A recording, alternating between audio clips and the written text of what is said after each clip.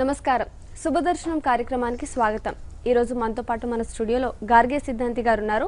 మీకున్నటువంటి జాతకపరమైన జ్యోతిషపరమైన సందేహాలకు స్క్రీన్ మీద డిస్ప్లే అవుతున్న ఫోన్ నంబర్లకు ఫోన్ చేసి నివృత్తి చేసుకోవచ్చు. నమస్కారం సిద్ధాంతి గారు, వెల్కమ్ టు అవర్ స్టూడియో అండి. సో మరి మీతో మాట్లాడడానికి ఫస్ట్ కాలర్ రెడీగా ఉన్నారు. హలో అండి. హలో నమస్కారం అండి. నమస్తే అండి, చెప్పండి మీరు ఎక్కడి నుంచి మాట్లాడుతున్నారు? హైదరాబాద్ అండి. డేట్ ఆఫ్ బర్త్ వచ్చేసి 16. ఎవరి గురించి తెలుసుకోవాలనుకున్నారు? నా గురించి. మీ పేరు చెప్పండి ముందు. నా పేరు రంజిత్ అండి. ఓకే అండి, ఇప్పుడు చెప్పండి. డేట్ ఆఫ్ బర్త్ 16/1/1991 అండి. 16/1/1991. సమయం చెప్పండి. 6:30 అండి. పొద్దున సాయంత్రం? ఉదయం అండి. ఉదయం 6:30 అవునండి. 16వ తారీఖు జనవరి నెల 1991 ఉదయం 6:30. అవునండి. ఏం తెలుసుకోవాలనుకుంటున్నారు? సార్ నాది అంటే సిద్ధాంతి గారు. పెద్దగా మాట్లాడండి, వినపట్టలేదు. సిద్ధాంతి గారు కొంచెం పెద్దగా బిగ్గరగా మాట్లాడండి. సార్ నాది కొంచెం నా స్టడీ గురించి నా భవిష్యత్తు గురించి అండి. Okay okay okay. ఉత్తరాషాఢ నక్షత్రం చూసుకుంటున్నారా? అవునండి. ఓకే. ఇక విద్యాస్థానం గురించి, కమింగ్ అప్ ఫ్యూచర్ గురించి, ఆ తర్వాత డెవలప్మెంట్స్ గురించి ముందుకు వెళ్ళటానికి అవకాశాలన్నీ కూడా పుష్కలంగా ఉన్నాయి. కానీ అవకాశాలని వినియోగించుకోవడానికి తగిన అవకాశాలు మాత్రం పుష్కలంగా లేవు. అక్కడ అవకాశాలు ఎదురుగా ఉన్నాయి. ఒక్కోసారి విందు భోజనం రెడీగా ఉంటుంది, నోరు ఏదో ఇంకా లాగుతూ ఉంటుందన్నమాట జిహ్వచాపల్యం వలన. కానీ తిందామనుకుంటే ఏదో 1 or 2 ఫీవర్ ఉంటుంది కొంతమందికి. కనుక ఆ ఇంట్లో ఉన్న కుటుంబ సభ్యులంతా ఆవురావురం తింటుంటే చూస్తూ కూర్చునే రొట్టె ముక్కలు తింటారు ఒకరు. కనుక అలాగే మీకు కూడా ఏంటంటే అవకాశాలు పుష్కలంగా ఉన్నాయి, బట్ అవకాశాలను చేజిక్కించుకోవడానికి తగినటువంటి అవకాశాలు మాత్రం తక్కువగా ఉన్నాయి. అందుచేత ఏం చేస్తారు అంటే, మీది ఉత్తరాషాఢ నక్షత్రం కనుక ఈ ఉత్తరాషాఢ నక్షత్రానికి అధిపతి సూర్యుడు. ప్రతి నెలలో కూడా సంక్రమణము అని వస్తుంది. అది ఎప్పుడు వస్తుందంటే 16, 17, 18 తారీఖులు. ఇప్పుడు సంక్రాంతి పండుగ వస్తుంది, మకర సంక్రమం, కుంభ సంక్రమం, మీన సంక్రమం. మీకు పంచాంగంలో క్యాలెండర్లో మీన సంక్రాంతి, కుంభ సంక్రాంతి, మకర సంక్రాంతి అని ఉంటుంది. అది ఏ రోజు వస్తుందో ఆ రోజు చూసి ఆ రోజు రాహుకాలం గమనించండి.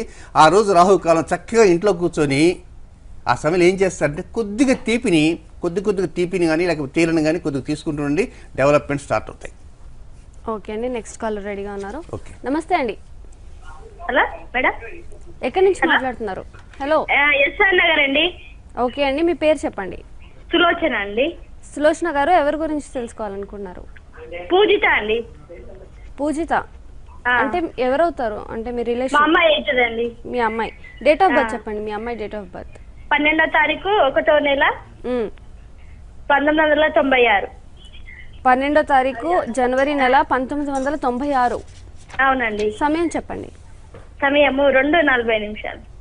ఉదయమా మధ్యాహ్నమా? మధ్యాహ్నం అండి. మధ్యాహ్నం 2:40. అవునండి. ఏం తెలుసుకోవాలనుకుంటున్నారు? మా అమ్మాయికి హెల్త్ ప్రాబ్లము, చదువు గురించి అండి. ఓకే అండి, సిద్ధాంత్ గారు ఉన్నారు, మాట్లాడండి. ఇంకా బండలు పడలేదే చూస్తూ ఉన్నానమ్మా. మీరు టీవీ దగ్గర కూర్చొని మాట్లాడితే ఆ మాట వినపడుతున్నాయి. బట్ హెల్త్కి సంబంధించిన విషయాలు మాత్రం డాక్టర్ గారిని సంప్రదించండి. ఇంతకు మీరు నక్షత్రం ఏది చూస్తున్నారు చెప్పండి. ముందు ఉత్తర చూస్తున్నారా, హస్త చూస్తున్నారా? అది చిత్తా నక్షత్రం, కన్యా రాశి అండి. చిత్తా నక్షత్రమా? అది చూసుకుంటున్నామండి. 4వ పాదం. మీరు ఎన్నో తారీఖు చెప్పారు? 12వ తారీఖు 1వ నెల 1996. 12వ తారీఖు 1వ నెల 96. అమ్మా, మీరు టీవీ దగ్గర మాట్లాడితే మాకు డిస్టర్బెన్స్గా ఉంటుందా తల్లి? సరే, డాక్టర్ ఒక పని చేయండి అమ్మా. డాక్టర్ గారి దగ్గర పోయి డాక్టర్ గారిని అడిగి అన్ని సలహాలు తీసుకొని వారు చెప్పినట్టు చేయడానికి ప్రయత్నం చేయండి తల్లి. సులోచన గారు, మంచిది. ఓకే, నెక్స్ట్ కాలర్ సిద్ధంగా ఉన్నారు. నమస్తే అండి. హలో. హలో అండి, ఎక్కడి నుంచి మాట్లాడుతున్నారు? విశాఖపట్నం నుంచి అండి. మీ పేరు చెప్పండి. నా పేరు ఉమేశ్వరరావు అండి. ఉమేష్ రావు గారు, ఎవరి గురించి తెలుసుకోవాలనుకుంటున్నారు? మా గురించేనండి. ఓకే, చెప్పండి. మీ డేట్ ఆఫ్ బర్త్? 8/11/1977 అండి. 8వ తారీఖు 11వ నెల 1972. 77 అండి. 77. అవునండి. సమయం చెప్పండి. సమయం అంటే రాత్రి 1:10 కండి, తెల్లవారితే. ఓకే, రాత్రి 1:18 కండి. 18 నిమిషాలకి. అంటే తెల్లవారితే 8 తెల్లవారితే 9వ తారీఖు 9 తెల్లవారితే 8వ తారీఖు అండి. తెల్లవారితే 8వ తారీఖు. Okay okay. అవునండి. ఏ రాశి చూసుకున్నారా? సింహరాశి చూస్తున్నారా, కన్యారాశి చూస్తున్నారా, కన్యారాశి అండి. ఉత్తరా నక్షత్రం చూసుకుంటున్నారా? అవునండి. ఏంటి మీ సమస్య ఏంటి? అంటే ఎదుగుదల లేదు, నేను మానసికంగా కొంచెం ఇబ్బందులు. అక్కడ దాకా బాగా చెప్పారు, డేట్ ఆఫ్ బర్త్ దాకా. అక్కడి నుంచి ఈ మాటలకు కూడా ఎదుగుదల లేదా ఏమిటా నాకు అర్థం కావట్లే. మీరు మాటల దగ్గరికి వచ్చేటికి కొంచెం అంటున్నారు. ఒక పని చేయండి, ప్రస్తుతం ఎదుగుదలకు సంబంధించినటువంటిది చివరి 15 నిమిషాల్లో చెప్పబోతున్నాను. ఎదుగు బొదుగు లేదని కొంతమంది అడుగుతుంటారు. కనుక ఆ ఎదుగు బొదుగు రావాలంటే చివరిలో ఒక 15 నిమిషాలలో నిన్న చెప్పిన కార్యక్రమం మరి కొంచెం విశదంగా చెప్పడానికి ప్రయత్నం చేస్తున్నాను. అది వినడానికి ప్రయత్నం చేయండి. శనివారం మాత్రం అనుకూలమైన రోజు కానే కాదని తెలుసుకోండి. ఓకే, నెక్స్ట్ కాలర్ సిద్ధంగా ఉన్నారు. ఓకే, నమస్తే అండి. నమస్తే అండి. హలో, నమస్తే అండి. ఓకే, ఎక్కడి నుంచి మాట్లాడుతున్నారు? మేము విజయవాడ నుంచి వస్తున్నామండి. ఓకే, మీ పేరు చెప్పండి. నా పేరు వసంత అండి. ఎవరి గురించి తెలుసుకోవాలనుకున్నారు? మా వసంత గారు. అన్నయ్య గురించి తెలుసుకోవాలనుకుంటున్నాను. అమ్మా వరుసగా మీరు చెప్తుండండి. వరుసగా తను ఒక మాట అడంగానే ఆగటం, మళ్ళీ అడంగానే ఆగటం. మా అన్నయ్య గురించి అడగాలన్నా నా పేరు వసంత అని చెప్పేసేయండి. తెలుసుకోవాలని చూస్తున్నానండి. Date of డిసెంబర్ birth 6, చెప్పండి 82న డేట్ ఆఫ్ బర్త్ అండి. మధ్యాహ్నం 12 గంటలకు పుట్టాడు. ఏం వినపడలే. డేట్ ఆఫ్ బర్త్ చెప్పండి, తారీఖు చెప్పండి. డిసెంబర్ 6, 82 అండి. 1982. డిసెంబర్ 6, 82. 1982. మధ్యాహ్నం 12 గంటలకు పుట్టాడండి. మధ్యాహ్నం 12 గంటలకి. అవునండి. ఏం తెలుసుకోవాలనుకుంటున్నారు ఇప్పుడు చెప్పండి. మ్యారేజ్ గురించి తెలుసుకోవాలనుకుంటున్నాను. మ్యారేజ్ గురించి. అమ్మా మీరేం చేస్తుంటారు తల్లి? నేను వాళ్ళ సిస్టర్ అండి. ఏం చేస్తుంటారు మీరు? మామూలుగా నాకు మ్యారేజ్ అయిపోయిందండి. మామూలుగా మీరు ఏం చేస్తుంటారమ్మా? చేస్తున్నానండి.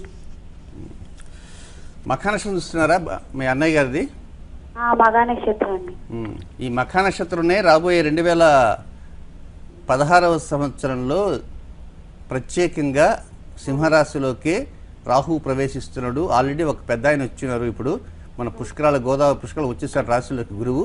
ఇప్పుడు అది గోచారీత్యా రాహు కూడా వస్తారు. వీళ్ళిద్దరు కలుస్తారు కనుక కలిసినందువల్ల ఏమన్నా ఇబ్బందులు ఏమైనా ఉంటాయా? ఇక పెళ్లి చేద్దాం అనుకున్నారు అది అన్నా సరే. అలాంటి మ్యారేజ్ సంబంధించినటువంటివి ఏమన్నా మనం ముందుకు వెళ్తుంటే అవి ఏమైనా అడ్డుపడుతుంటాయా, లేకపోతే ముందుకు వెళ్ళకపోయినా మనల్ని ముందుకు తీసుకుపోతాయా అనేటువంటి అంశాల మీదనే గోధుమపిండి దీపారాధన విధి గురించి చెప్తున్నానమ్మా. మీరు చివరిలో 15 నిమిషాలు చెప్తాను, అది వినండి. అది విని త్వరగా దాని ప్రకారం ఫాలో అవుతుంటే వివాహం అవుతుంది. ఓకే, నెక్స్ట్ కాలర్తో మాట్లాడదాం. నమస్తే అండి. హలో, ఎక్కడి నుంచి మాట్లాడుతున్నారండి? వరంగల్ నుంచి. మీ పేరు చెప్పండి. కొంచెం వేగంగా చెప్పండి. 0209. మీ పేరు చెప్పండి ముందుగా. అయ్యా మీ పేరు చెప్పి తర్వాత జీరోలు లేకుండా డేట్ ఆఫ్ బర్త్ చెప్పండి. జీరోలు వద్దు. మీ పేరు చెప్పండి, ఊరు చెప్పండి, జీరోలు లేకుండా స్పష్టంగా తెలుగులో చెప్పండి. డేట్ ఆఫ్ బర్త్, నెల, సంవత్సరం. మా పేరు రంజిత్ కుమార్ సార్. కుమార్ గారు మీ డేట్ ఆఫ్ బర్త్ చెప్పండి. 2 సెప్టెంబర్ 1991. 1991. 2 సెప్టెంబర్ 1991. ఓకే, సమయం చెప్పండి. 6 సార్, ఈవినింగ్ 6. ఈవినింగ్. అయ్యా మీరు ఏం చేస్తుంటారండి? చదువు అయిపోయింది సార్. ఏం చదివారు మీరు? బీటెక్ అయిపోయింది. ఇప్పుడు మీరు ఉద్యోగం చేయాలనుకుంటున్నారా? అవునండి. సపోజ్ నేనే కనుక అక్కడ ఇంటర్వ్యూ చేసే వ్యక్తిని ఉన్నాననుకోండి, నేను ఇవ్వలేను మీకు ఉద్యోగం. మీరే అనుకోవద్దు. నేనే కనుక ఎదురుగా కూర్చొని మిమ్మల్ని ఇంటర్వ్యూ చేస్తుంటే మీకు 99.99% వచ్చినా నేను ఉద్యోగం ఇవ్వలేను. ఎందువల్లంటే డిసప్పాయింట్ కాకండి. మీలో చాలా మార్పులు రావాలి. మీ అడిగే ఇప్పుడు సహజంగా పెద్దగా చదువుకోలేనటువంటి వారు, పామరులుగా ఉన్నటువంటి వారు అడిగేటువంటి విధి విధానాలు వేరు. బాగా బీటెక్ చదివి ఒక గ్రాడ్యుయేషన్ నెక్స్ట్ పీజీలోకి వెళ్ళేటువంటి వారు ఎట్లా ఉండాలంటే చాకులాగా ఉండాలి. కనుక మీరు ప్రయత్నాలు చేయండి. ముందు మీలో చాలా మార్పులు తెచ్చుకోవడానికి ప్రయత్నం చేయండి. ఓకే ఓకే, నెక్స్ట్ కాలర్ ఉన్నారు, మాట్లాడదాం. నమస్తే అండి. హలో, ఎక్కడి నుంచి మాట్లాడుతున్నారు? కుక్కట్పల్లి నుంచి అండి. పేరు చెప్పండి. ఎంసీ వైష్ణవి అండి మా అమ్మాయి. ఓకే, చెప్పండి. Date of birth 2000 April 4th అండి. 2000 ఏప్రిల్ 4th. అవునండి. సమయం చెప్పండి. ఈవినింగ్ 6:50 అండి, 6:55 ట్యూస్డే రోజు 6:55. పుట్టింది. ఓకే, ఏం తెలుసుకోవాలనుకుంటున్నారు? ఆ అమ్మాయి ఫ్యూచర్ ఎలా ఉంటుంది, చదువు, ఫ్యూచర్ లైఫ్ తనది. ఓకే ఓకే ఓకే అండి. అమ్మా, నక్షత్రం ఇది రేవతి చెప్పండి చూసుకుంటారా? గురుగారు. రేవతి ఏంటండి? నక్షత్రం రేవతి నక్షత్రం చూసుకుంటున్నారా? అవునండి, రేవతి నక్షత్రం. పాల్గొన మాసం అమావాస్య రోజు జన్మించినటువంటి రేవతి నక్షత్ర మీనరాశిలో జన్మించినటువంటి జాతకురాలు. అనుకూల పరిస్థితులు చక్కగా ఉన్నాయి, విచారించాల్సిన అవసరం లేదు, ఆలోచించాల్సిన అవసరం అంతకంటే లేదు. డెవలప్మెంట్స్ అనేవి 2022వ సంవత్సరం మే నెల 3వ వారం నుంచి డెవలప్మెంట్ స్టార్ట్ అవుతుంటాయి. సోమవారము గురువారము ఈ 2 రోజులు కూడా అనుకూలమైన రోజులు కాదు. అమ్మాయికి ఏదైనా బంగారం కొనిపెట్టాలన్నా, ఇతర ఏదైనా వస్తువులు కొనిపెట్టాలనుకున్నా భవిష్యత్తు కాలంలో కూడా ఈ 2 రోజులకి ప్రాధాన్యత ఇవ్వకుండా మిగిలిన రోజులకి ప్రాధాన్యత ఇవ్వడానికి ప్రయత్నం అంటూ చేయండి. చక్కగా అనుకూల పరిస్థితున్నా, ఎలాంటి దోషాలంటూ ఏమి లేదు తల్లి. ఓకే అండి, నెక్స్ట్ కాలర్ సిద్ధంగా ఉన్నారు. నమస్తే అండి, నమస్కారం అండి. ఎక్కడి నుంచి మాట్లాడుతున్నారు? మాది జీమోల కొంచెం మాట్లాడుతున్నామండి, కాకినాడ పక్కనే. పేరు చెప్పండి. శ్రీనివాసరావు అండి, ఎమ్మాడి శ్రీనివాసరావు. ఓకే, ఎవరి గురించి తెలుసుకోవాలనుకున్నారు? నా కోసమేనండి. మీ డేట్ ఆఫ్ బర్త్ చెప్పండి. 1976 1976 జనవరి 11. 11వ తారీఖు జనవరి 1996. సమయం చెప్పండి. సమయం తెల్లవారుగా 4 గంటలకండి. తెల్లవారుజాము 4 గంటలకి. ఏం తెలుసుకోవాలనుకున్నారు? అంటే తెల్లవారితే 11నే మీ దృష్టిలో?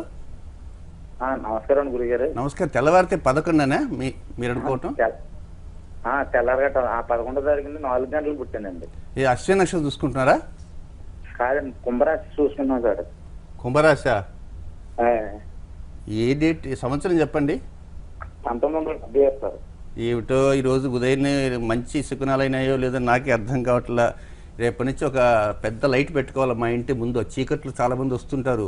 ఏమిటో ఈరోజు ఉదయం ఐఎమ్ నాట్ సో హ్యాపీ అండి. మీరు ఒక పని చేయండి, మీకు భగవంతుడు మంచి ఆయురాలకు ఐశ్వర్యం ఇవ్వాలని మనసారా ఆ జగన్మాతను కోరుకుంటున్నాను. అలాగే సార్. అలాగే కోరుకుంటాను, నేను కోరుకుంటాను. ఓకే అండి, నెక్స్ట్ కాలర్ సిద్ధంగా ఉన్నారు. నమస్తే అండి, నమస్తే అండి. ఎక్కడి నుంచి మాట్లాడుతున్నారు? నేను హైదరాబాద్ నుంచి మాట్లాడుతున్నాను. నా పేరు చంద్రశేఖర్. నేను మా బాబు అభిజిత్ గురించి అడగాలనుకుంటున్నాను. చెప్పండి. Abhijit date of birth 13/6/1989. 1989. అవును మేడం. 13వ తారీఖు 6వ నెల 1989. అవును మేడం. సమయం చెప్పండి. సమయం 11:45 మార్నింగ్, మధ్యాహ్నం. మధ్యాహ్నం 11:45కి. ఏం తెలుసుకోవాలనుకుంటున్నారు? బాబు ఫ్యూచర్ గురించి. ఇప్పుడు బీటెక్ అయింది, ఎంటెక్ అయింది, జాబ్ చేస్తున్నాడు. ఫ్యూచర్ ఎట్లుంటుందని కనుక్కోవాలి. ఓకే ఓకే, ఫ్యూచర్ ఎలా ఉంటుందని. కానీ మీరు అడిగే ప్రశ్నలో కొంత భాగం దాచిపెట్టారు. అయినా నో ప్రాబ్లం అండి. మీరు యాక్చువల్గా మీరు అప్పుడప్పుడు కాల్ చేసినా కూడా కొంత భాగం చెప్తారు, మిగతా భాగం దాచిపెట్టేస్తారు. అంతేనా? అవునా? ఆమె correct or not? Correct sir, correct. భయంలో కాదు కాదు కాదు, మీ కాల్స్ తరచుగానే వస్తుంటాయి చంద్రశేఖర్, నాకు బాగా గుర్తు. బట్ ప్రశ్న అడిగేది కూడా ఎట్లా అడుగుతారంటే కేవలం 60 పైసలు అడిగితే 40 పైసలు అడగలేరు. అసలు కావాల్సిన మీకు అవసరమైన ప్రశ్న 40 పైసలే. ఆ 40 పైసలు పక్కన పెడతారు, ముందు 60 పైసలు కూడా అడుగుతుంటారు. భగవంతుడి దగ్గరికి వెళ్ళేసి, అంటే నేను భగవంతుడు కాదండి, రేపు ఎప్పుడన్నా మీరు ఏదైనా గుళ్ళు గోపురం దగ్గరికి పోయినా మీరు డైరెక్ట్గా అయ్యా మహానుభావ, ఓ దేవాది దేవా, ఆ 40 ఏదైతే ఉందో అది నాకు ఇవ్వండి అని అడగడానికి ప్రయత్నించండి తప్ప ముందు 60 చెప్తే ఈ చంద్రశేఖర్ ఎప్పుడు ముందు 60 పైసలు వ్యక్తి తప్ప చివరి 40 పైసలుకి ఆశించడు అని అడగంది అమ్మైనా పెట్టదు అంటారు. కనుక చంద్రశేఖర్ గారు హస్త నక్షత్ర కన్యారాశిలో జన్మించిన జాతకుడు. అనుకూలమైన పరిస్థితులు 2017వ సంవత్సరం మే 25వ తేదీ నుంచి ప్రారంభమవుతాయి. 2019వ సంవత్సరం ఆగస్టు 24వ తేదీతో పూర్తయిపోతాయి. ఈ సమయం అంతా కూడా పరిపూర్ణంగా అనుకూలతలు ఇస్తూ అబ్బాయికి 40% డెవలప్మెంట్స్ అనేవి పరిపూర్ణంగా ఇచ్చేటువంటి అవకాశాలు ఆ సమయంలో ఉన్నాయి. కనుక మీరు ఎప్పుడన్నా కాల్ చేసినా, ఎవరితో దగ్గర వెళ్ళినా, ఏవైనా స్వీకరించాలనుకున్నా, ఏమైనా మీరు ఇవ్వాలనుకున్నా చివరి దానికే కేటాయించుకోండి తప్ప ముందు మాత్రం కేటాయించకండి. ఎప్పుడైనా కూడా బస్సులో కూడా వెనక సీట్లో కూర్చోవాకండి, ముందు సీట్లో కూర్చోడానికి ప్రయత్నం చేయండి. ఓకే, నెక్స్ట్ కాలర్ సిద్ధంగా ఉన్నారు. నమస్తే అండి. ఓకే అండి, సో కాల్ కట్ అయింది. నిన్న ఒక కాలర్ కాల్ చేశారండి. ఆయన మెడిసిన్ చేస్తూ ఐఏఎస్ చేయాలనుకున్నారు. సో ఈ రోజు చెప్తా అన్నారు మీరు. ఎంబీబీఎస్ సెకండ్ ఇయర్ చదువుతున్నారు. అవును. ఓకే, ఈరోజు చెప్తా అన్నాను. రైట్. దాని గురించి చెప్పండి. ఇక కాల్స్ మనం కాసేపు స్వస్తి చెబుతాం ఈ రోజుకి. ఇంకా రేపటి నుంచి మళ్ళీ కాల్స్ పోదాం మొదటి 15 నిమిషాలు. ఇక నిన్న ఒక కాలర్ మాట్లాడారు, ఆయన ఎంబీబీఎస్ సెకండ్ ఇయర్ చదువుతున్నారు, ప్లస్ ప్రస్తుతం ఏమిటంటే ఏదైనా సివిల్ సర్వీసెస్కు అప్లై చేయాలని. చాలా సంతోషం. ఇక్కడ నేను ఒక ఉదాహరణ చెప్తాను, ఉదాహరణ కాదు, జరిగిన విషయమే. గచ్చిబౌలి స్టేడియంలో కిరణ్ కుమార్ రెడ్డి గారు ముఖ్యమంత్రిగా ఉన్నటువంటి టైంలో చంద్రశేఖర్ అనేటువంటి ఒక వ్యక్తికి ఫ్యాషన్ టెక్నాలజీలో గోల్డ్ మెడలిస్ట్ వస్తే అది ఇవ్వటానికి కోసంగా గచ్చిబౌలిలో బ్రహ్మాండమైన ప్రోగ్రాం పెడితే అది లైవ్ ప్రోగ్రాం అన్ని టీవీల్లో వచ్చింది. నేను టీవీకి ఎదురుగా కూర్చొని చూస్తూ ఉన్నా. ఈ లోపల అక్కడ ఉన్నటువంటి అనౌన్సర్ చంద్రశేఖర్ని పిలిచారు. డాక్టర్ చంద్రశేఖర్ పరంగా వచ్చారు. వారు చక్కగా ముఖ్యమంత్రి గారి చేతుల మీదుగా పురస్కారాన్ని తీసుకున్నారు. ఒక 10 అడుగులు వేయంగానే కిరణ్ కుమార్ రెడ్డి గారు, బాబు ఇట్రాయ్యా, డాక్టర్ చంద్రశేఖర్ ఇస్తారు, మరి ఏమైనా డాక్టరేట్ చేసావా అన్నారు. లేదండి, నేను యాక్చువల్గా డాక్టర్ని. అవునా అని వెంటనే మైక్ ఇచ్చారు. అప్పుడు ఆ చంద్రశేఖర్ చెప్పడం మొదలెట్టారు. సార్, నాకు మా నాన్నగారికి నన్ను డాక్టర్గా చేయాలని కోరిక, నేను ఎంబీబీఎస్ చేశాను, ఆ తర్వాత ఎంఎస్ చేశానండి. కానీ మా నాన్నగారికి మాత్రం నన్ను డాక్టర్గా చేయాలని కోరిక తప్ప నాకు మాత్రం డాక్టర్ కావాలని కోరిక లేదు. మా నాన్నగారి కోరిక మేరకు నేను ఎంబీబీఎస్ చేశాను, ఆ తర్వాత కష్టపడి ఎంఎస్ కూడా చేశాను, ఆ తర్వాత ఫ్యాషన్ టెక్నాలజీకి వచ్చాను. కనుక మా నాన్నగారి కోరిక డాక్టర్ చేయాలని, నా కోరిక మాత్రం ఫ్యాషన్ టెక్నాలజీలోకి ఉండాలని, కనుక నేను ఫ్యాషన్ టెక్నాలజీలోకి వచ్చాను అని సవివరంగా తెలియజేశాడు. అప్పుడు కిరణ్ కుమార్ రెడ్డి గారు అన్నమాట హ్యాట్స్ ఆఫ్ ఏమన్నారంటే, చాలామంది తల్లిదండ్రులు వారి వారి పిల్లలు డాక్టర్లు కావాలని, యాక్టర్లు కావాలని, పోలీస్ ఆఫీసర్స్ కావాలని, పెద్ద పెద్ద బిజినెస్ మ్యాగ్నెట్స్ కావాలని అనుకుంటూ ఉంటారు. కానీ అబ్బాయికి ఉన్నటువంటి అభిరుచి కూడా మనం ఆలోచించాలి. కేవలము తమ కోరిక ప్రకారమే చేయాలా, తమ కోరిక మనసు ఏదో ఉంటో అదే సాధించాలనేటువంటి ఉద్దేశంతో తల్లిదండ్రులు పోరాడకూడదు, పట్టుదలతో ఉండకూడదు. కనుక యువత వారి యొక్క మనసులో ఏదైతే ఉంటుందో దాని మీద వారికి పట్టు అనేది ఉంటుంది. మన కోసం చేస్తుంటే ఈ ప్రకారం చంద్రశేఖర్ లాగే ఉంటుంది. కానీ చంద్రశేఖర్ ఏంటంటే తండ్రి మాటను కాదనకుండా డాక్టర్ చేసేసి డాక్టర్ వృత్తిని చేపట్టకుండా ఫ్యాషన్ టెక్నాలజీకి వచ్చారు. ఈ మాట ఇప్పుడు ఇంత వివరంగా ఎందుకు చెబుతున్నానంటే, చాలామంది తల్లిదండ్రులు కూడా వారి రకరకాల భావాలతో ఉంటారు. వారు ఎన్ని భావాలున్నా జాతకంలో వారికి అనుకూల స్థితిగతులు ఉండాలి. జాతకంలో ఒకసారి అనుకూల స్థితిగతులతో పాటు అబ్బాయికి ఒక బుద్ధిబలం కూడా తోడాలి.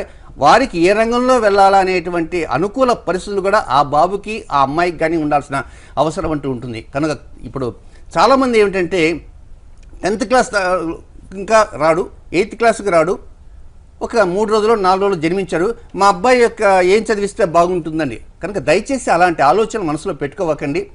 బట్ ఇంటర్మీడియట్కి ముందు అప్పుడు ఆలోచించి, నాయన నువ్వేం చేయాలనుకుంటున్నావు, డాక్టర్ అవ్వాలనుకుంటున్నావా, ఇంజనీర్ కావాలనుకుంటున్నావా, లేకపోతే టాటా బిర్లాగా పెద్ద బిజినెస్ కింగ్ కావాలనుకుంటున్నా అని అప్పుడు అడగండి. అప్పుడు తన ఆలోచన ఏమిటో 1కి 10 సార్లు అడిగి తనని బాగా స్టడీ చేసి ఆ తర్వాత నిర్ణయం తీసుకోవడానికి ప్రయత్నించండి తప్ప తాను పట్టిన కుందేలికి 3 కాళ్ళు కాకుండా 36 కాళ్ళు అని చెప్పిన తల్లిదండ్రులు ఉంటే ఆ తర్వాత పరిస్థితులు చాలా విషమిస్తాయి. చాలామంది తల్లిదండ్రులు వచ్చి అంత బాధపడి చెప్పుకునే సంఘటనలు కొల్లలు ఉన్నాయన్నమాట. కనుక నిన్న కాల్ చేసిన కాలర్ కూడా ఆయన ఎంబీబీఎస్ చదవాలని కోరిక ఉన్నప్పటికీ కూడా ఎంబీబీఎస్ చేసినా రేపు ఫర్దర్గా ఐఏఎస్ లాంటిది అలాంటి వాటికి వెళ్ళాలనుకుంటున్నాను. కనుక తప్పకుండా ఈ వృత్తిలో ఉంటూ అటువంటి ముందే అలాంటి ఆలోచన ఉంటే అనవసరం ఎంబీబీఎస్కి వెళ్ళటం దీనికి ఇతర ఏదైనా అడ్మిషన్ సంబంధమైనటువంటి కోర్సులు వెళ్ళవచ్చు. కనుక ప్రేక్షకులు బాగా గుర్తుంచుకొని 1కి 10 సార్లు నేను ఇట్లా చెబుతున్నాను, ఏదో ఆవేశంగా చెప్తున్నాను, కోపంగా చెప్తున్నాను మాత్రం అనుకోకండి. మీ బిడ్డల యొక్క చదువుల విషయంలో చాలా లోతుగా ఆలోచించి మీ నిర్ణయాలే ఫైనల్ కాకుండా వారికి కూడా నిర్ణయాలు ఉంటాయి కనుక వారి నిర్ణయాల మేరకు ఆలోచించాల్సిన అవసరం ఉంది. కొంతమందికి ఏంటంటే వారి నిర్ణయం ప్రకారం చదువుకోవాలనే ఆలోచన ఉంటుంది, కానీ ఆర్థికంగా అన్ని అవకాశాలు తల్లిదండ్రులు ఉండకపోవచ్చు. అటువంటప్పుడు వారితో పిల్లలు కూడా షేర్ చేసుకుని మన పరిస్థితులు ఏమిటి, కుటుంబ స్థితిగతులు ఏమిటి, తల్లిదండ్రుల స్థితిగతులు ఏమిటి అనేటువంటి బేరీజ్ వేసుకుని ఆ యువత కూడా ముందుకు వెళ్ళాలా. కనుక ఇంత వివరంగా ఎందుకు చెబుతున్నానంటే మీరు ఆలోచించి తగిన నిర్ణయాలు తప్పకుండా తీసుకుంటారని మనసారా కోరుకుంటున్నాను. ఓకే అండి. అలాగే గోధుమ పిండితో దీపారాధన చేయమన్నారు. మరి గోధుమ పిండితో దీపారాధన చేస్తే గురువు రాహు కలయిక వల్ల కలిగే చెడు ఫలితాల కోసమా లేకపోతే ఇతర కారణాలు ఏవైనా ఉన్నాయంటారా? ఇక్కడ గురురాహు కలయిక అనేది జరుగుతున్నది. మరి ఇప్పుడు గోధుమ పిండి దీపారాధన చేయటం కారణంగా ఆ గుర్రాహుల కలయిక వలన వచ్చేటువంటి చెడు ఫలితాలను కొంత ఆటంకపరచడానికి మాత్రమే కాదండి, గుర్రాహుల కలయిక జరగకపోయినప్పటికీ కూడా ఇదొక అద్భుతమైనటువంటి పరిహారము అందరికీ. ఎందుకనంటే సాకిన్యాంబ దేవత సంబంధించి మూలాధార చక్రానికి సంబంధించి ఒక అద్భుత పరిహారము. అయితే ఈ పరిహారం ఇది అద్భుతము అని మనం ఎలా తెలుసుకోవాలి? దానికి మనకి ఏదన్నా అరటిపండు ఒలిచి నోట్లో పెట్టిన విధంగా మనకు ఉన్నప్పుడు మాత్రమే మనం దీన్ని ముందుకు తీసుకుని వెళ్ళడానికి అవకాశం ఉంటుంది. అయితే అలాంటప్పుడు ఇది గురురాహుల కలయికి సంబంధించింది కాదని చెప్తారు కదా, మరి ఇప్పటి నుంచి మొదలు పెట్టచ్చు కదా, జనవరి 9వ తేదీనిచ్చే ఎందుకు మొదలు పెట్టాలి అని అంటే, ఒక శుభసూచకంగా ఇంతవరకు భారతదేశంలో ఇలాంటివి ఎన్నో ఉన్నప్పటికీ, తాళపత్ర గ్రంథాల్లో ఉన్నప్పటికీ ఏ సిద్ధాంతులు చెప్పలే. గార్గే సిద్ధాంతం మాత్రం మీకు చెప్తున్నాను. కనుక మీరు మొదలుపెట్టేటువంటిది ఒక మంచి సమయంలో మొదలు పెట్టాలన్న ఉద్దేశంతో జ్వాలామాలిని అనేటువంటి దేవత కనపడుతుంది. జ్వాలామాలిని ఆ దేవతని మీరందరూ కూడా జనవరి 9వ తేదీ శని శుక్రులు పక్కపక్కనే కలుసుకుంటే కొద్దిగా దూరంగా జ్వాలామాలిని సన్నగా మన నెలవంకలాగా ఉంటుందన్నమాట. కనుక ఆ నెలవంకలాగా ఉండేటువంటి జ్వాలామాలిని దర్శనం చేసుకొని ఆ రోజు నక్షత్రం మూలా నక్షత్రం అయింది కనుక ఆ తల్లి యొక్క అనుగ్రహంతో ఆ గోధుమ పిండి దీపాలను వెళ్ళాలనేటువంటి ఒక సదుద్దేశంతోనే ఆ డేట్ ఫిక్స్ చేయడం జరిగింది. అయితే ఈ గోధుమ పిండి దీపాల వల్ల మనకు ఇంకా ఏమేమి ప్రయోజనాలు అంటూ ఉన్నాయి అనేది కూడా మనం బాగా తెలుసుకోవాలి. ముఖ్యంగా జాతకాలు అడిగేటువంటి వారు కాలర్స్ ఏమడుగుతారంటే, ఆర్థిక పరిస్థితులు బాగా లేవండి, ఆరోగ్య పరిస్థితులు బాగా లేవండి, అప్పులు ఎక్కువగా ఉన్నాయండి, అబ్బాయి మాట వింటలేదండి, ఏదో చేసినంత దగ్గరికి వస్తుంది పోతున్నదండి, ఎక్కడా ముందుకు రావటం లేదండి, కదలలేదండి, వదలలేదండి, ఇలాంటి మాటలు ఎన్నో మనం వింటూ ఉంటాం ప్రతిరోజు కూడా. అయితే డబ్బు కావాలి, డబ్బు రావాలి, డబ్బు మిగలాలి, లక్ష్మీదేవి అనుగ్రహం ఉండాలి అని మనం చెప్పుకున్నాం. కానీ మీ జాతకాలలో కొన్ని స్థానాల మీద దాని ప్రభావం ఉంటుంది. ఏమేమిటంటే కొంచెం నిదానంగా చెప్తాను, ఆలకించండి. జాతకాలలో మొత్తం 12 గడులు ఉంటాయి. ఆ 12 గడుల్లో 2వ గడి ఒకటి ఉంటుంది. దాన్ని ధనస్థానము, కుటుంబ స్థానము, వాక్స్థానము అంటారు. ఆ తర్వాత లగ్నం నుంచి 4వ స్థానం మరొకటి ఉంటుంది. ఈ 4వ స్థానంలో విద్య, ఉద్యోగము, వ్యాపారము, ఆరోగ్యము, గృహస్థానము, తల్లి స్థానము, వాహన స్థానం. దాని తర్వాత 6వ స్థానం మరొకటి ఉంటుంది. దాంట్లో ఏముంటాయంటే రుణాలు, రోగాలు, ప్రమాదాలు, ఇలాంటివన్నీ, శత్రువులు అవి ఉంటాయి. 8వ స్థానము ఆయుష్ స్థానము అంటారు. ఆయుష్ అంటే మనకు కేవలం మనలో ఉన్న ప్రాణం కాదు. ఒక పని చేస్తే దాని లైఫ్ పీరియడ్, కాల పరిమితి ఎక్కువగా ఉండాలి, 3 రోజులు ముచ్చటగా ఉండకూడదు అనేది కూడా ఆయుష్ స్థానంలోకి వస్తుంది. 11వ స్థానం అనేది లాభస్థానము, 12వ స్థానం ఖర్చు స్థానము. ఇప్పుడు 2, 4, 6, 8, 11, 12 6 స్థానాల గురించి మనం ముచ్చరించుకుందాం. ఒక వ్యక్తి ఈ 2015వ సంవత్సరంలో ఏదో ఉద్యోగమో, సద్యోగమో, వ్యాపారమో చేస్తున్నాడు. డిసెంబర్ 31వ తేదీకి లెక్కలు చూసుకున్నాడు. 1,00,000 రూపాయలు ఆయన దగ్గర మిగిలాయి. అంటే జనవరి 1, 2016వ తేదీ ఉదయాన్నే పెట్టెలో చూసుకున్నాడు, లెక్కలు చూసుకున్నాడు, 1,00,000 రూపాయలు ఉంది. మళ్ళా ఉద్యోగమో, వ్యాపారమో చేస్తున్నాడు. తిరిగి 2016వ సంవత్సరం డిసెంబర్ 31కి ఇతనికి డబ్బు ఎంత వస్తుంది అనేదాన్ని మనం చెప్పుకోవాలి సాకిన్యాంబ దేవత సాక్షిగా. ఎలా అంటే, ఆయన వ్యాపారం చేసినా, ఉద్యోగం చేసినా దాని స్థితిగతులు చెప్పేది లగ్నం నుంచి 4వ స్థానంలో ఏం వ్యాపారం చేస్తున్నాడు, ఎంత ఉద్యోగం చేస్తున్నాడు, అక్కడి నుంచి ఎంత డబ్బు వస్తున్నదని 4వ స్థానం చెప్తుంది. 4వ స్థానం చెప్పిన తర్వాత 6వ స్థానం ఈ సంవత్సరం 12 నెలల్లో హాస్పిటల్కి ఎంత పోతున్నాయి, నేరుగా కారులో పోతుంటే వేరే వాడు వచ్చి గుద్దితే ఎంత నష్టపోతున్నాము, ఈ లోపల ఏదైనా చిన్నపాటి సమస్యలు రావచ్చు, శత్రువులు ఏదైనా బాణాలు విసిరితే మళ్ళీ లాయర్ నోటీసులు ఉంటాయి, ఇలాంటి వాటి కూడా కొన్ని ఉంటాయి కనుక వాటికి కొంత డబ్బు ఖర్చు అవుతుంది. ఇక ఏదో ఒక చిన్న వ్యాపారం పెడదాం, అది పెడదాం, ఇది పెడదాం పెడితే అది 3 రోజులు ముచ్చట కావచ్చు, 16 రోజులు అచ్చట కావచ్చు. అయితే వీటన్నిటి దృష్టిలో పెట్టుకుని 4వ స్థానం నుంచి వచ్చేటువంటి ఆదాయం ఎంత అనేది 11వ స్థానంలో లెక్క వేసి ఉంటుంది. ఆ తర్వాత 6వ స్థానం నుంచి వచ్చే నష్టం ఏదైతే ఉంటుందో అది ఎంత అనేది 12వ స్థానం లెక్క చెబుతుంది. కనుక 11వ స్థానంలో 1,00,000 రూపాయలు 2016లో మిగిలింది. ఇక 12వ స్థానంలో ఈ 1,00,000 రూపాయలు రోగాలు, రొప్పులు, వాటికి వీటికి 70,000 పోయింది. పోతే నికరంగా 30,000 ఉంది. 1వ తేదీ బ్యాలెన్స్ 1,00,000 ఉంది. 1,00,000 + 30 1,30,000 ఉంది అని చెప్పే స్థానమే 2వ స్థానము. ఆ 2వ స్థానాన్ని వాక్స్థానము అంటారు. ఈ వాక్స్థానము, ధనస్థానము, కుటుంబ స్థానము, ఈ 1,30,000 రూపాయలు మాత్రమే మిగులుతున్నాయి. ఈ 1,30,000 రూపాయలు మన కుటుంబ పోషణ, మన దాంట్లో మైనస్ పోతుంది. కుటుంబ పోషణ, కరెంటు బిల్లులు ఇవి తప్పు కనుక, సెల్ ఫోన్ ఛార్జీలు ఇలాంటివన్నీ ఉంటాయి కనుక, మనం ధరించాలంటే బట్టల ఖర్చులు ఉంటాయి. ఇవి మామూలు ఖర్చులు, అవి అనవసరమైన ఖర్చులు అనమాట. కనుక రుణాలు, రోగాలు, శత్రువులు వచ్చేది అనవసర ఖర్చు.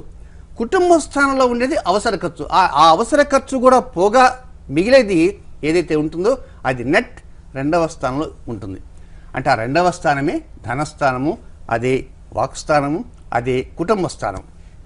కనుక మీరు బాగా ఫ్యూచర్లో డబ్బు సంపాదించాలా, ముందుకు వెళ్ళాలి అంటే ఈ వాక్స్థానాన్ని పదిలంగా పెట్టుకోవాలి. వాక్స్థానాన్ని పదిలంగా పెడితే వస్తుందా? నోరు మంచిదైతే ఊరు మంచిదవుతుంది అంటారు పెద్దలు. ఏమండి సిద్ధాంతి గారు, మీరు చెప్పారు బాగానే ఉంది, నోరు మంచిదైతే ఊరు మంచిదవుతున్నారు. మా వారు సమయస్ఫూర్తిగా మాట్లాడలేదు, నేను సమయస్ఫూర్తిగా మాట్లాడను, ఎక్కడ ఎలా మాట్లాడనో తెలియదు, మేము పెద్ద చదువుకున్న వారం కాదు కనుక మాకేమి సమస్యలేమో చాలా ఉన్నాయి. మీరు 2, 4, 6, 8 ఏవో సంఖ్యలు చెప్పారు, అవేమీ మాకు తెలియదు. మాకు తెలిసిందల్లా ఒకటేందంటే వాడికి మేము 1,00,000 రూపాయలు ఇవ్వాలా, ఇంటికి వచ్చి గోల చేస్తున్నాడు, మాకే అర్థం కావట్లేదు, మా అబ్బాయి మా మాట వింటలేదు, వీటికి ఏదైనా చెప్పండి అని అడుగుతారు. అందుకోసం ఇదంతా ఎందుకు ఈ కథ చెప్పుకుంటూ వస్తున్నానంటే, మీ సమస్యలు ఎన్ని ఉన్నప్పటికీ చక్కగా మాట్లాడాలంటే మాట్లాడలేరు అనుకుందాం. ఇన్ని మాటలు చెప్పిన 01, 08లో వద్దంటే బీటెక్ చదివినటువంటి వ్యక్తి 08, 01 అన్నాడు, నన్నే కన్ఫ్యూజ్ చేసి ఆయన కన్ఫ్యూజ్ అయిపోయినాడు. ఈరోజు కాలర్స్ అందరూ కన్ఫ్యూజ్గా ఉన్నారు. అంటే ఎన్ని చెప్పినా మనం అంతే అలా ఉంటాం. మీరే కాదు, నేనే ఎంతో ఒక్కోసారి అలవాట్ల పొరపాట్ల వచ్చేస్తుంటాయి. కనుక ఈ 2వ స్థానం వాక్స్థానాన్ని పదిలంగా ఉంచుకోవాలంటే ఆ వాక్ దేవత కంట్రోల్లో మనం ఉండాలి. ఆ వాగ్దేవత ఎవరు? ఆ వాగ్దేవతే సాకిన్యంబ. అంటే నాదోత్పత్తి ఎక్కడ జరుగుతుంది? మూలాధారంలో జరుగుతుంది. ఒక వ్యక్తి అభివృద్ధి పదంలో ముందుకు వెళ్ళాలంటే తనకు ఒక ఆధారం అంటూ ఉండాలి, ఒక మూలం అంటూ ఉండాలా. అలాంటి మూలాధారము పేరులోనుంది కనుక బాగా డెవలప్ కావాలి, కీర్తి ప్రతిష్ఠ సంపాదించాలి అంటే కింద బేస్ అనేది అద్భుతంగా ఉండాలి. అలాంటి బేస్ అద్భుతంగా లేనప్పుడు ఎవరు ఏమీ చేయలేరు. కనుక ఇది కేవలం గురువు రాహువు కలయికి సంబంధించిన పరిహారం మాత్రమే కాదు. కాకతాళీయంగా గురువు రాహువు ఆ సమయంలో కలుస్తున్నారు కనుక దీన్ని తెర మీదకి తీసుకొచ్చాను. కనుక దీన్ని ఈ ప్రకారం చేస్తే ఆ కుండలిని శక్తి ఏదైతే 3.5 చుట్లు చుట్టుకొని ఉంటుందో అది ప్రత్యేకంగా ఆ నాదస్థానం, నాదోత్పత్తి కేంద్రం, వాక్కుకు సంబంధించినటువంటి కేంద్రం, పర, పశ్యంతి, మధ్యమ, వైఖరి అనేటువంటి 4 రకాలుగా వచ్చేటువంటి ఆ కేంద్రంలో నుంచి రాహువు యొక్క ఛాయ మనుషుల మీద ఉంటుంది. ఆ రాహువు ఎక్కడ ఉంటాడు? కుబేర స్థానంలో ఉత్తర దిక్కులో ఉంటాడు. కనుక రాహు ఛాయ మనకు తగలకుండా హ్యాపీగా, అందంగా, ఆనందంగా, ఉల్లాసంగా, ఉత్సాహంగా, జోష్గా ఉండాలంటే రాహు యొక్క అనుగ్రహం కూడా ఉండాలి. రాహు ఛాయ పరిపూర్ణ రీతిలో ఉండాలి తప్ప, సవ్యంగానే ఉండాలి తప్ప అపసవ్యంగా మనకు ఉండదు. అసలే రాహు అపసవ్యంగా తిరిగేటువంటి వ్యక్తి. అలాంటి అపసవ్యంగా తిరిగేటువంటి రాహు యొక్క అనుగ్రహం పొందాలంటే మన వాక్స్థానాన్ని చాలా జాగ్రత్తగా ఉండాలి. ఇంతవరకు మీరు రాహుకాలంలో మౌనం పాటించండి అని చెప్తూ వచ్చాను. కానీ ఇప్పుడు ఏమిటంటే మీరు ఈ పరిహారాన్ని కనుక చేస్తూ ఉన్నారంటే మీరు ఎలా మాట్లాడినప్పటికీ ఇబ్బందులు లేకుండా ఉండే విధంగా చక్కగా అనుకూల పరిస్థితులు తప్పకుండా వస్తాయి. కనుక ఇది కేవలం గురురాహుల కలయిక మాత్రమే కాదు, ప్రతి ఆదివారం కూడా ఇది చేస్తూ ఉండండి. ఇది లిమిటెడ్ పీరియడ్ కాదు, ఇది విపరీతంగా ఆర్థిక లబ్ధి కలుగుతుంది. అనేక ప్రయోజనాలు వస్తాయి. ఇంకా అనేక ప్రయోజనాలు ఎలా వస్తాయో జ్వాలామాలితో మనం తెలుసుకోవడానికి రేపటి రోజున కలుసుకుందాం. రేపటి రోజున మరిన్ని విశేషాలు తెలుసుకుందాం. కాలర్స్ నాతో సహకరిస్తారని రేపటి రోజున ఆశిస్తాను. ఓకే సిద్ధాంతి గారు, మీరు మా స్టూడియోకి వచ్చి మా ప్రేక్షకులందరికీ మీ విలువైన సలహాలు, సూచనలు అందించినందుకు ధన్యవాదాలండి. చూసారు కదండి, ఇది వాటి శుభదర్శనం కార్యక్రమం. చూస్తూనే ఉండండి భారత్ టుడే. నమస్తే.